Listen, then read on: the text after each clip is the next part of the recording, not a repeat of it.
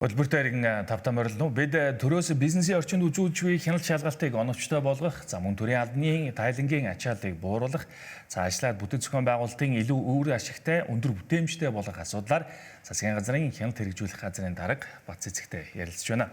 Хүлээн төргий.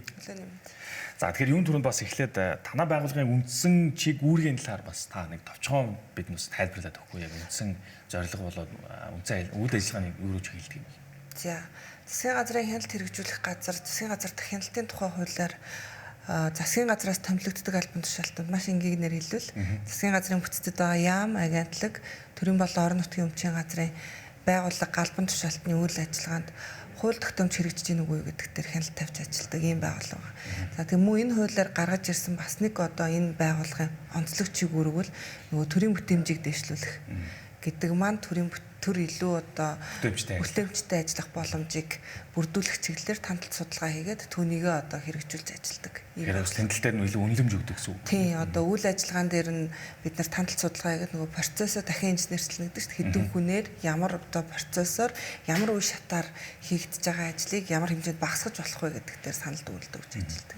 Тэгэхээр өчигдөрхөн болж өнгөрсөн засгийн газрын хуралдаанаар бас нэлээдгүй олон бас эрчимтэй гэх юм уу тийм шийдвэрүүд бас гарсан харагдаж байгаа. Тэгэхээр хамгийн түрүүнд бол бас төрийн албан хаагчдыг ялангуяа ажиллах орчныг сайжруулах тал дээр шийдвэрүүд гарсан гэж. 4 өдрөөр ажиллах, нэг өдөр нь бол бас онлайн буюу зайнаас ажиллах гэдэг. Тэгэхээр энэ бүх шийдвэрүүдийг юун дээр үндэслэж гарч байгаа юм бэ? Манай байгуулагдаж эхэлснээсээ хойш ерөн төрийн албан хаагчдын сэтгэл ханамжийн судалгаа хийж ирсэн. Тэгээд төрийн албан хаагчдын сэтгэл ханамжийн судалгаанд хамгийн нэгдүгээрт бичигддэг юм бол яхахгүй цалин үүсний асуудал. За дараагийн асуудал нь юун дээр гэхээр ажиллах орчин, байгууллагын удирдлагын оновчтой менежментийн асуудлууд. За тэгээд нөгөө ажлын цагийн ашиглалтын асуудлууд маш их тавигддаг. За ерөн төрийн албан хаагчид одоо илүү цагаар ажилладаг асуудал маш их байдаг. За энийг судлаад үзэхээр ажлын хиймэл ачаалал авих гараад байгаа гэдэг судалгаанууд сүүлийн 2 жил дараалж манай дээр гарсан л да. Хиймэл ачаалал гэдэг маань юу хэлээд байна гэхээр төрийн байгууллага шат шатандаа биенээсээ тайлан нэгдэг. Одоо зарим төрийн байгууллагын ажилтнууд ярьж байна тайлан бичих гэж ажилдаа очдог. Тайлагнахын тулд төлөвлөсөн үндсэн цагийн яг судлаад үзэх юм бол орон нутгаас одоо яамны түвшинд судлаад үзэх юм бол 50-80% нь өдрийн ажлын цагийнхаа 50-80% нь тайлан бичих зарцуулдаг. Гэдэг маань дээд шатныхаа байгууллагад л нөгөө процессын үе шатны тэгээ үр дүнгийн ингээл маш олон янзын тайлангууд бичдэг. Зөвхөн хуулиар одоо бичих тайлангийн тоог аваад үзэх юм бол 30 гаруй тайлан бичдэг. За түүнээс гадна өдөр тутмын шинжтэй дээд шатны байгууллагаараа мэдээ хүргэдэг ийм тайлангууд бичдэг. Энэ нь бол одоо төрийн албан хаагчдад үйл ажиллагаа явуулахад сэтгэл ханамжид маш муугар нөлөөлдөг. За гадна талаасаа хараад үзэх юм бол өдөржингөө тайлан бичээ сууж байгаа төрийн албан хаагчаас ямар үйлчлэгээ иргэн авах вэ гэдэг бас их асуудалтай. Тэгээ шууд тор бүтээмж рүү нөлөөлж. Тийм бүтээмжид нөлөөлж байгаа. Тийм учраас өчигдөр засгийн газар шийдвэр гаргалаа. За энэ шийдвэр бол нөгөө ерхий сайдын болон засгийн газрын кабинетийн дэвшүүлээд байгаа 4 чөлөөлөлтийн нэг чөлөөлөлтийн асуудал. Эрх зүйн орчны чөлөөлөлтийн хүрээнд гарсан. Нэгдүгээр төрийн албан хаагчдын чиг үүргийг оновчлоо. Яг төрийн байгууллагт ингээд үндсэн ажил хийх одоо чиг үүрэг нь байгаад байна уу? Эсвэл үнэхээр зүгээр суугаад байна уу? Иргэд бол хэлдэг шүү дээ. Очихоо зүгээр сууж идэг олон хүн байдаг гэд. Тэгэхээр нөгөө байгууллагуудын бүтцийг хараад үзэхээр маш сонио. Төрийн захиргааны буюу одоо захиргаа, санхүү, хууль, гадаад харилцааны чиг үүрэг нь 60% та хэрэгжиж байгаа байгууллага байна. Зөвхөн 40%-аар үндсэн чиг үүргийг гүйцэтгэдэг. Зарим нь болохоор 20%-аараа тэрийг захиргааны үйл ажиллагаа хийгээд 80%-аар үндсэн чиг үүргийг гүйцэтгэж байгаа байгууллага байна. Тэрний бүтээмж 2 өөр гарч ирээд байгаа. За үүнийг цэгцэлж төрийн албаны нөгөө тэгэхээр данхаасан байна уу, үр дүнгүй байна уу гэдэг дээр шийдэл боловсруулах 2-7 өдрийн үүргийг бол засгийн газрын хэрэг эрхлэх газар бол манай газар дүүрэг өгсөн. За төрийн албан хаагчдыг нэг өдөр зайнаас ажилуулах хууль тогтоомж, хууль бол төрийн албаны хуулийн дээр байдаг. Энэ бол харилцан адилгүй хэрэгждэг. Бидний хийсэн судалгаагаар зайнаас нэг өдөр ажиллаж байгаа төрийн байгууллагын бүтээмж хамаагүй өндөр байгаа. Тэгэхээр эн чинь нөгөө хувийн хвшил дээр байдаг бас цагийн менежмент шүү дээ. Бид нар болохоор төр бүтээмжэд нэмэгдүүлэхэд хувийн хвшил дээр байгаа сайн туршлагыг нэвтрүүлж оруулж ирж байгаа гэсэн асуудал. Тэгэхээр хэд хэдэн төрийн байгууллага дээр бол захимаар ажилладаг. Манай дээр жишээлбэл захимаар ажилладаг нэг өдөр зайнаас. Тэгэхээр төрийн албан агчид нөгөө ажлаа төлөвлөх боломжтой болж ирдэг. Төлөвлөх боломжтой ажил чинь үр дүн тодорхой болж ирдэг гэдэг ингээд сайн туршлагууд бол байгаа даа. За нөгөө төгөөр энэ хотын төвчрэлтэй холбоотойгоор ямар асуудал хөндөж тавьдаг вэ гэхээр нөгөө хүүхдэд цэцэрлэг сургалт хүргэж өгөх, хүүхдийн аюулгүй байдал тийм учраас засгийн газар өчигдөр шийдвэрлэхдээ бол ажлын цагийг нөгөө манай өмнө нь бол ерөөсөө л Монгол улсын төрийн албаны түүхэнд яг 8:30-аас одоо тодорхой цагт эхэлдэг байсан бол уян хатан тавьж өгсөн.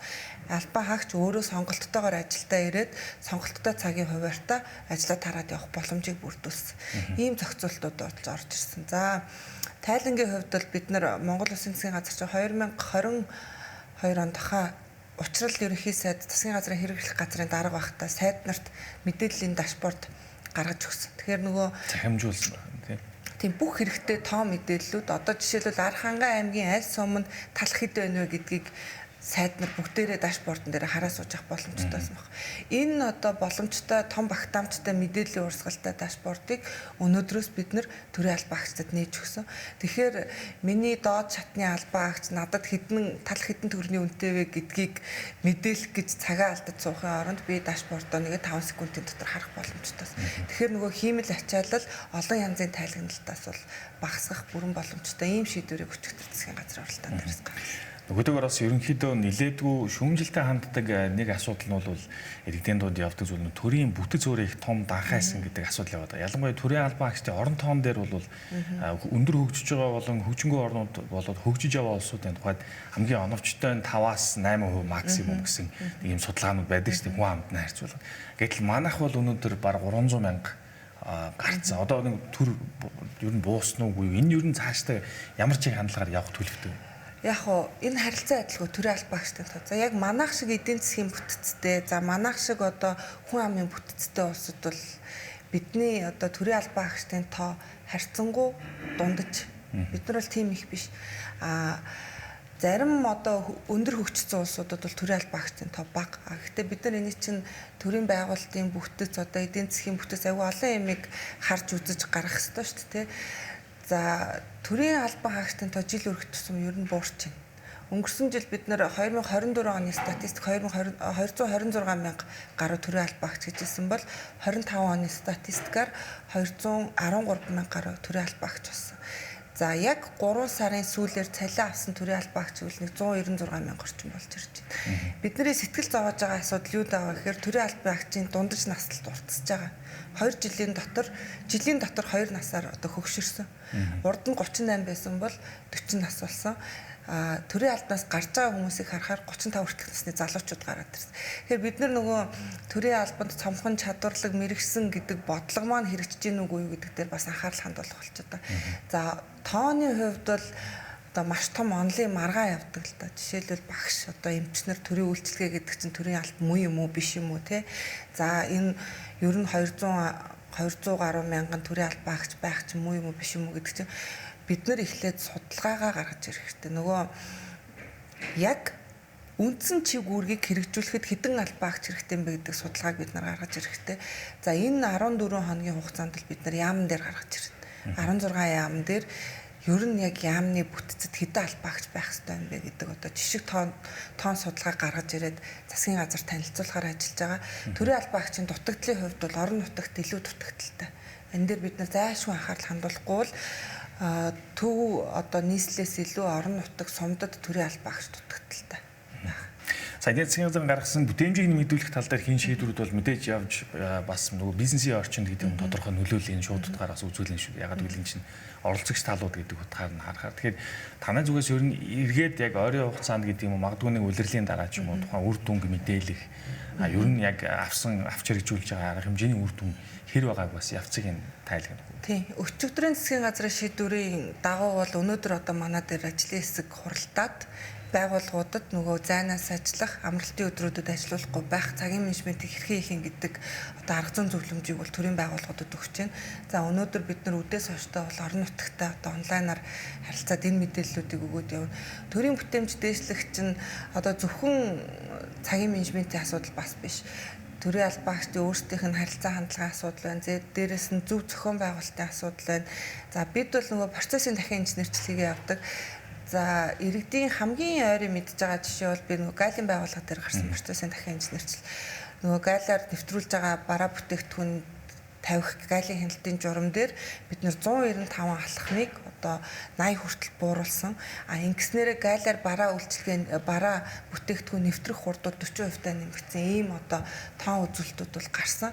За мөн манай байгууллагууд дээр процессын дахин инженерчил цагдаагийн байгууллага дээр хийсэн, нийгмийн хамгааллын салбар дээр хийсэн, эрүүл мэндийн салбар дээр хийсэн. За тухайн байгууллагын эрсдэл буурсан, тухайн одоо зарим нэр төрлийн үйлчилгээнүүдийн цаг хугацаа буурсан, иргэдэд илүү ойлгомжтой ил тод болсон гэдэг ч юм уу ийм давуу талууд бол маш их гарч байгаа. Тэгэхээр бас төгсгөлд нь асуугаад ер нь хамгийн энэ тэргүүний ээлжинд яг ирэмбэр нэх юм авч үзвэл аль салбарыг тухайлбал танай байгууллагаас яг хамгийн тэргүүлэх чиглэлээр энэ бүх хэрэгжилтийг бүтээмжийг нэмэгдүүлэх тал дээр илүү анхаарч байна.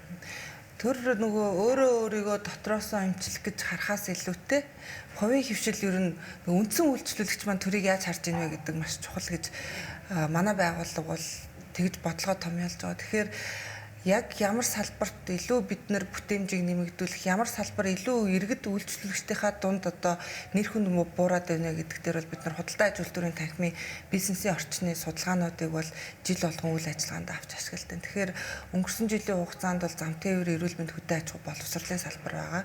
За энэ жил бид нар яг энэ дөрвөн салбарын зарим төрлийн үйлчлэгэн дээр бүтээмжийг нэмэгдүүлэх чиглэлээр судалгаанууд бол худалдаа аж үйлдвэрийн танхимтай мөн холбогдох төрийн байгууллагуудтай хийгээд явж байгаа.